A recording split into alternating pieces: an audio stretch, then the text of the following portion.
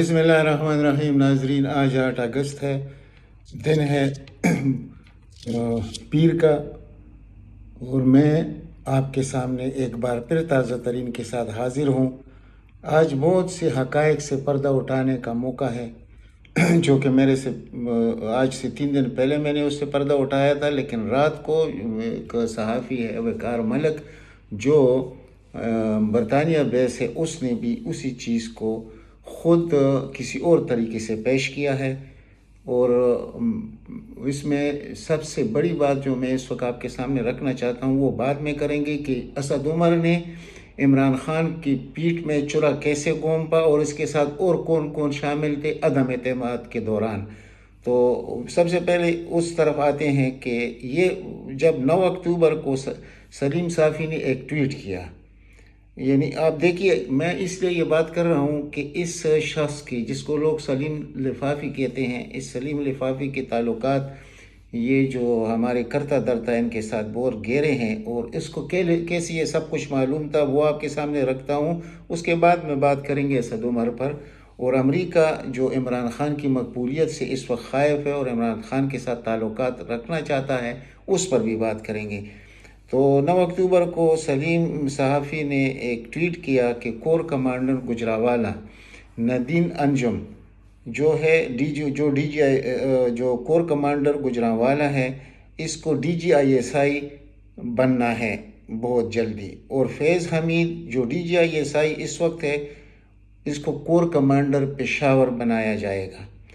اب آپ خود سوچئے، ڈاٹ سے ڈاٹ میں لاتے رہیے تو پھر آپ کو سارے مسئلے کا حل نظر آ جائے گا. اسی وقت سلیم صافی ٹویٹ کرتا ہے اور لکھتا ہے کہ اسٹیبلشمنٹ اور عمران خان کے درمیان لڑائی شروع ہو چکی ہے. عمران خان کے 5 وزیر اس لڑائی میں فوج کے ساتھ ہوں گے. اگر وہ نہیں مانتے، یعنی میرے اس دعوے پر سے وہ انکار کرتے، ان کو معلوم ہے کہ جس کا میں نام لے رہا ہوں اور میں غلط کہہ رہا ہوں، تو 5 وزیر ایک ٹویٹ کریں کہ ہم فوج اور عمران خان لڑائی میں عمران خان کا ساتھ دیں گے. تو یقین کیجئے اس بات پر مجھے بھی کچھ شک اس وقت بھی تھا، اور اب بھی جب میں دیکھتا ہوں کہ ان لوگوں میں سے کسی نے بھی کوئی بات تک نہیں کی اس وقت. تو بھائیوں، ان 5 وزیروں نے اس کالم کے جواب میں خاموشی اختیار کر لی. ان وزیروں کے نام میں پہلا نام اسد عمر ہے، دوسرا شاہ محمود قریشی ہے، شبلی فراز ہے، پرویز خٹک ہے. اچھا، اب 3 دن پہلے اسد عمر نے ایک بیان دیا کہ یعنی میں بات یہ کرنا چاہتا ہوں کہ دیکھیں، حقائق کو جتنا بھی چھپاؤ گے ایک نہ دن حقائق سامنے آتے ہیں، اور جس نے جو کردار ادا کیا ہوتا ہے وہ کردار انسان کی شخصیت کو ظاہر کر دیتے ہیں کہ اس شخص نے غداری کی تھی یا وفاداری کی تھی. کوئی چھپ نہیں سکتا، کوئی حقائق چھپ نہیں سکتے. تو 3 دن پہلے اسد عمر نے ایک بیان دیا کہ عدم اعتماد کے دوران جب میں بنی گالہ سے گھر جا رہا تھا اور بنی گالہ سے نکل چکا تھا تو مجھے ایک فون کال آیا کہ واپس بنی گالہ آ جاؤ. اسد عمر کہتے ہیں میں واپس بنی گالہ کی طرف مڑا، جب پہنچا تو 2 لوگ گیٹ کے پاس موجود تھے. مجھے آواز دی کہ ذرا ادھر آئیے. بقول اسد عمر میں ان کو نہیں جانتا تھا. انہوں نے مجھ سے بات چیت شروع کی اور کہا کہ عدم اعتماد کو ہم چھوڑ دیتے ہیں. آپ 5 لوگوں میں سے ہم نے فیصلہ کیا ہے کہ ایک کو وزیر اعظم بنا دے جس میں آپ کا نام سر فہرست ہے. یہ بات خود اسد عمر نے 3 دن پہلے کی ہے. آج کے دن یعنی 7 اگست کو وقار ملک، جیسے میں نے آپ کو بتایا کہ برطانیہ بیس صحافی، اس نے بھی اس پر ایک پروگرام کیا اور یہی چیز اس نے بھی آپ کے سامنے رکھ دی. تو وہی باتیں اپنی ویلاگ میں اس شخص نے بھی بتا دی جو چند دن پہلے میں نے یعنی تک اور اس سے بھی 15 دن پہلے میں نے آپ کے سامنے یہی باتیں رکھی تھی اسد عمر کے متعلق. تو میں 3 سال سے یہ باتیں کرتا رہا کہ یہ شخص عمران خان کی پیٹھ میں چرا گھونپے گا. پہلے اس شخص نے پرنسپل سیکرٹری اعظم خان سے مل کر جہانگیر ترین کے خلاف ایک محاذ بنایا. اور جہانگیر ترین کے خلاف محاذ اس نے کیوں بنایا؟ اس کے بہت بڑی وجوہات ہے۔ یہ خود کو جب یہ آیا تھا پی ٹی آئی میں تو یہ خود کو حکمران کی شکل میں دیکھنا چاہتا تھا کہ ایک نہ ایک دن میں انشاءاللہ سب کو زیر کر کے بشمول عمران خان اور میں وزیر اعظم یا حکمران پاکستان بن جاؤں گا۔ تو انشاءاللہ ایسے تو نہیں ہو سکا، لیکن نقصان بہت ہوا۔ نقصان یہ ہوا کہ اس نے اور اس کے پرنسپل سیکرٹری نے مل کر عمران خان کے کان بھرنے شروع کر دیے، اور یہ کام یہ اس لیے کر رہا تھا کہ آپ کو میں نے بتا دیا اپنی حکمرانی کے لیے کر رہا تھا۔ تو ناظرین، اس کے کہنے پر اس کے بھائی زبیر عمر جہانگیر ترین کے خلاف سپریم کورٹ میں ایک ریفرنس لے کر گیا، اور وہ کس شکل میں؟ منی لانڈرنگ کے، کہ یہ پیسوں کا ثبوت ہمیں دے دو جو برطانیہ گئے ہیں۔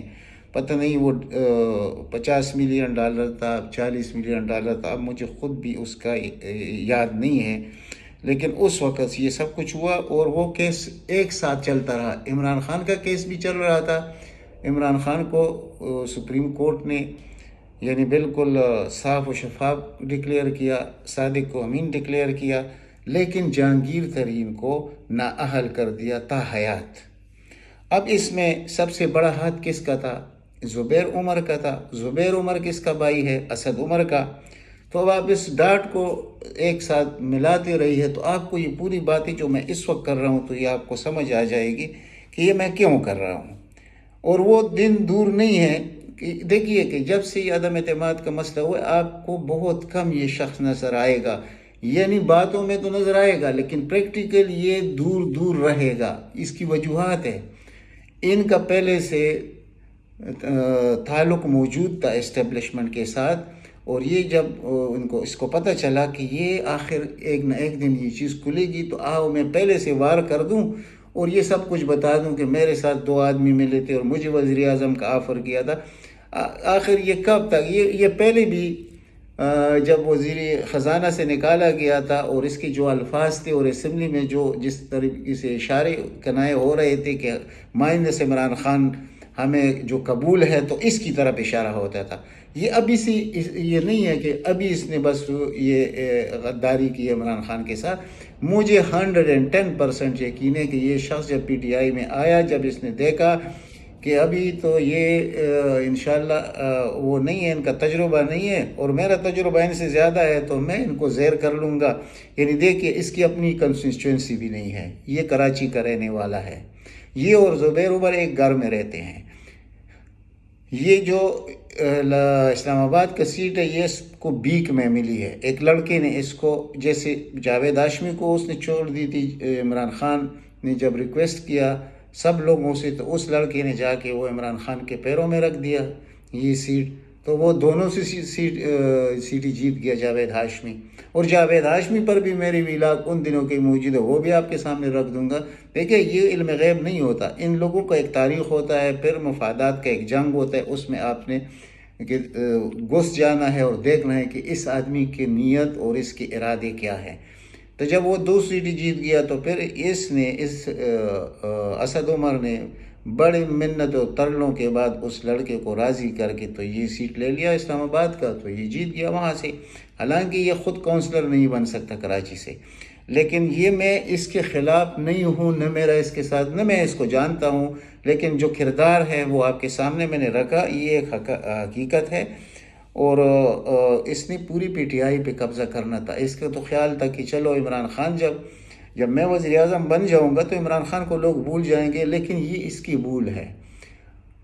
کچھ بھی ہو جائے پاکستان میں، کتنے سے بڑا کوئی کام بھی ہو جائے، عمران خان کے پیچھے لوگ کھڑے رہیں گے۔ عمران خان اس وقت ایک اصل اقتدار عمران خان ہے۔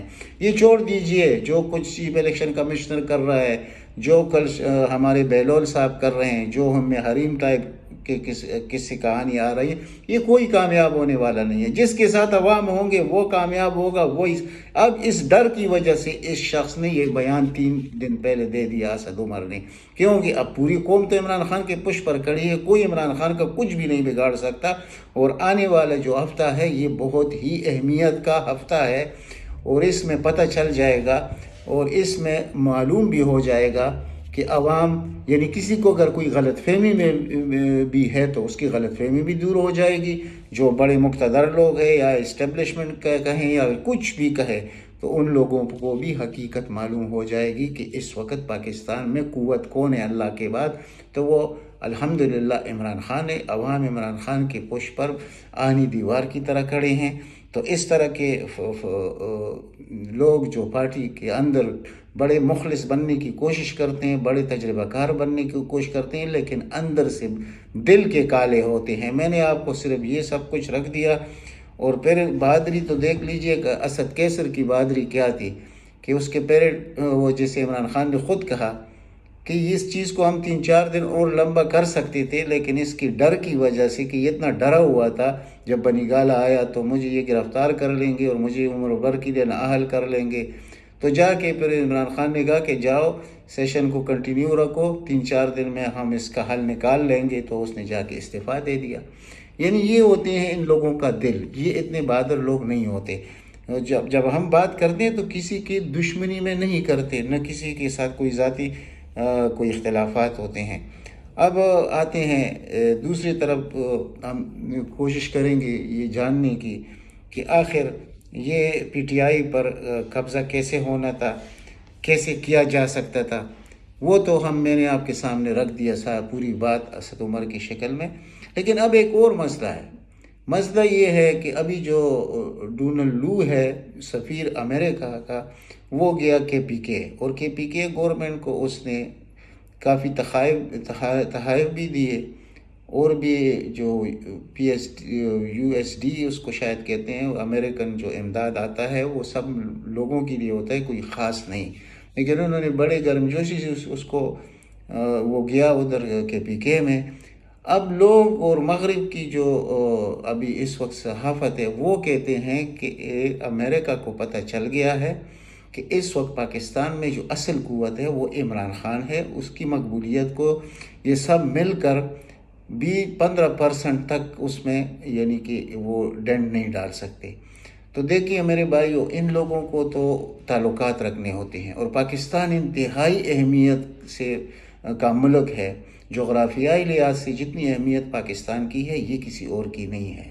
انہوں نے جو کچھ کرنا تھا وہ کر لیا، لیکن دشمنی تو عمران خان نے بھی امریکہ کے ساتھ نہیں کی ہے، اور نہ اب کہتا ہے کہ میری کوئی دشمنی امریکہ کے ساتھ. بس وہ رجیم چینج والا جو مسئلہ ہے وہ حقیقت ہے، اس سے وہ بھی انکار نہیں کرتے، اور ایک دن آئے گا کہ وہ خود اعتراف کریں گے.